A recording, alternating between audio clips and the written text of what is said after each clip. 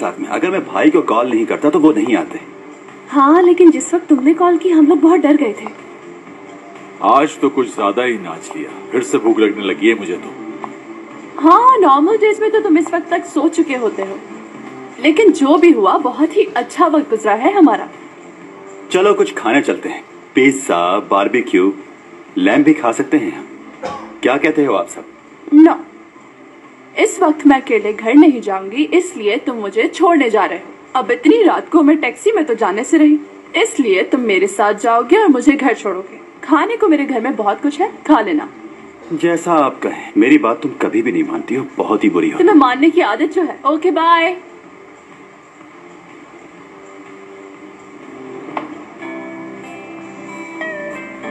Soup पिलाऊं? Soup के बाद अगर चाय मैं पिलाऊं तो ठीक रहेगा। एक लड़की अगर बिल पे करे मुझे बिल्कुल अच्छा नहीं लगता। मगर मैं उन लड़कियों जैसी नहीं हूँ जो ऐसा सोचती हैं। ठीक है।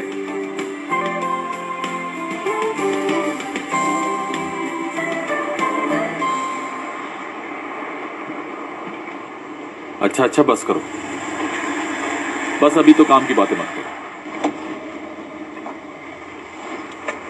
वैसे बच्चे के रोते ही तुम पुलिस और एम्बुलेंस बुलाने वाली थी। अगर आज मैं आपके साथ नहीं होती तो उस बच्चे को आप कभी नहीं संभाल सकते थे, समझे मुराद सर? तुम्हारी ये गलत फहमी है हयात, वो बच्चा मेरी गोद में आते ही सो गया था। हाँ। अच्छा, कहीं आपको ऐसा तो नहीं लग रहा है कि वो बच्चा आपकी गोद में आने की वजह से सोया है?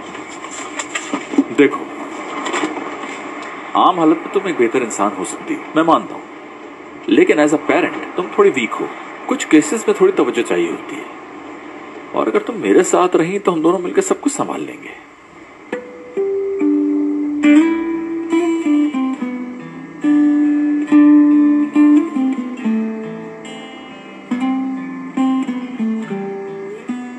आपके लिए चाय मंगवाऊं?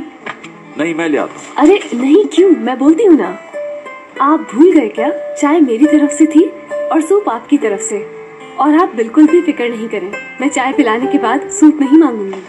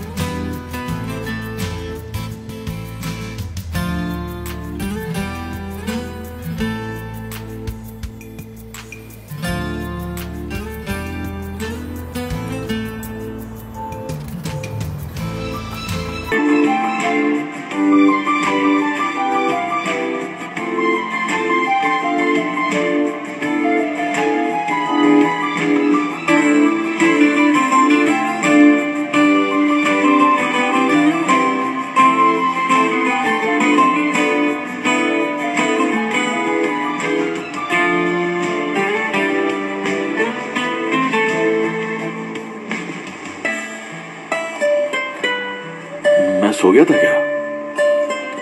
हाँ, बिल्कुल उस बच्चे की तरह। और तुम? किसी एक को तो जागना था, इसीलिए मैं नहीं सोई। ओह, ये क्या हो गया मुझसे? तुमने भी नहीं उठाया मुझे? हाँ, नहीं उठाया मैंने।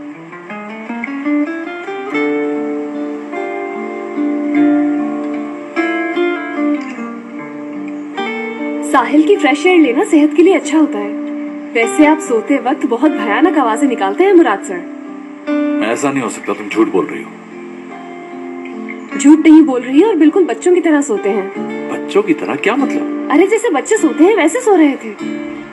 खैर, पता ही नहीं लगा कब आंख लग गई। मालूम है, जब मैं चाय लेके आई तो आप सो चुके थे। फिर भागता हुआ वो चाय वाला बच्चा आया और कहने लगा कि जल्जला आ रहा है। मैंने बोला नहीं, ये बस खराटे ले रहे हैं।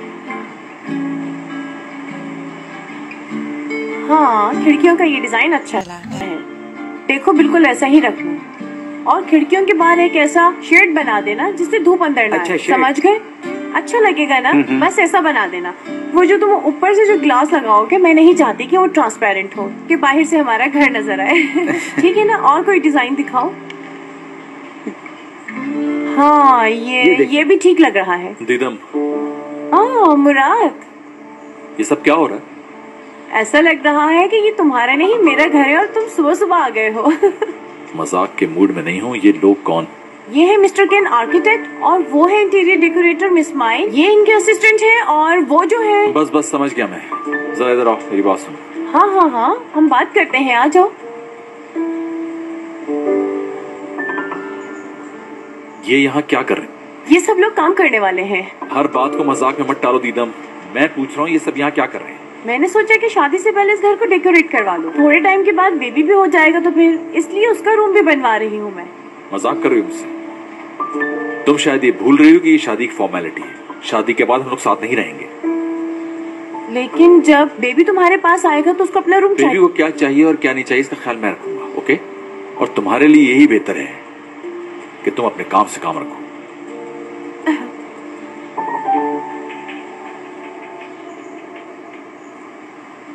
फरीदा, ये बिल्कुल भी नहीं होगा। ऐसे कपड़े पहन के तुम बाहर नहीं जाओगी। देखो तो क्या पहना हुआ है तुमने। तुम्हें देख के मुझे शर्म आ रही है। तुम ये सोच रही हो ऐसे कपड़े पहन के तुम लड़की लगोगी? हाय अल्लाह, देखो तो सही मुंह का क्या हाल कर लिया है। पागल हो गई है ये औरत। मुझे खुद नहीं पता कि ये क्या हो रहा है। ऐसा लग रहा है जैसे मैं असल में यही हूँ। हाँ, कुछ चीजें मिसिंग हैं, वरना और भी अच्छी लगती। ये चीता प्रिंट के कपड़े पहनकर हैं, तुम्हें लग रहा है कि तुम बहुत ही खूबसूरत लग रही हो। पागल लग रही हो। अम्मी क्या हो गया है? ये अच्छा लग रहा है इन पर। हाँ, अच्छा तो तुम आ गई, वहीं खड़ी रहो।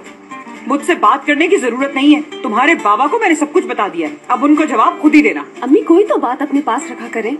जब भी देखो ये बोलती रहती है कि बाबा को बता दूंगी। देखे तो कितनी अच्छी लग रही है वो। क्या आपको नहीं अच्छा लगेगा कि फरीदा आंटी को लोग देखें? वैसे किसके लिए तैयार हुई है? अरे तुम्हें तो पता ही होगा कि वो कामरान साहब, उन्होंने मुझे इनवाइट किया है एक साथ लंच करने के लिए। अब किसी से मिलने जाएंगे तो नॉर्मल ड्रेस थोड़ी पहनेंगे, अच्छा दिखना चाहिए ना। अब क्या घर के कपड़ों में चली जाती वहाँ? एक बात मैं तुझे बता दूं, ये जो तेरे दिल में खुशी के लड्डू फूट रहे हैं ना, ये तेरे लिए नुकसान का बायस हो सकते हैं। फिर ना बोलना कि बताया नहीं था मुझे। मुलाकात? हाँ, अब ऐसी कोई बात नहीं है। असल में कामरान साहब इसलिए मिलना चाह रहे हैं ताकि अगर कोई मिसअंडरस्टैंडिंग हो गई हो हमारे दरमियान तो उसको दूर कर लिया जाए बातचीत करके, यानी समझ सकती हो ना, इसीलिए मिलना जरूरी है। बात सुनो फरीदे, तुम ये कपड़े पहन के घर से बाहर एक कदम नहीं रखोगी, वरना मुझसे बुरा कोई नहीं होगा। देख लेना तुम।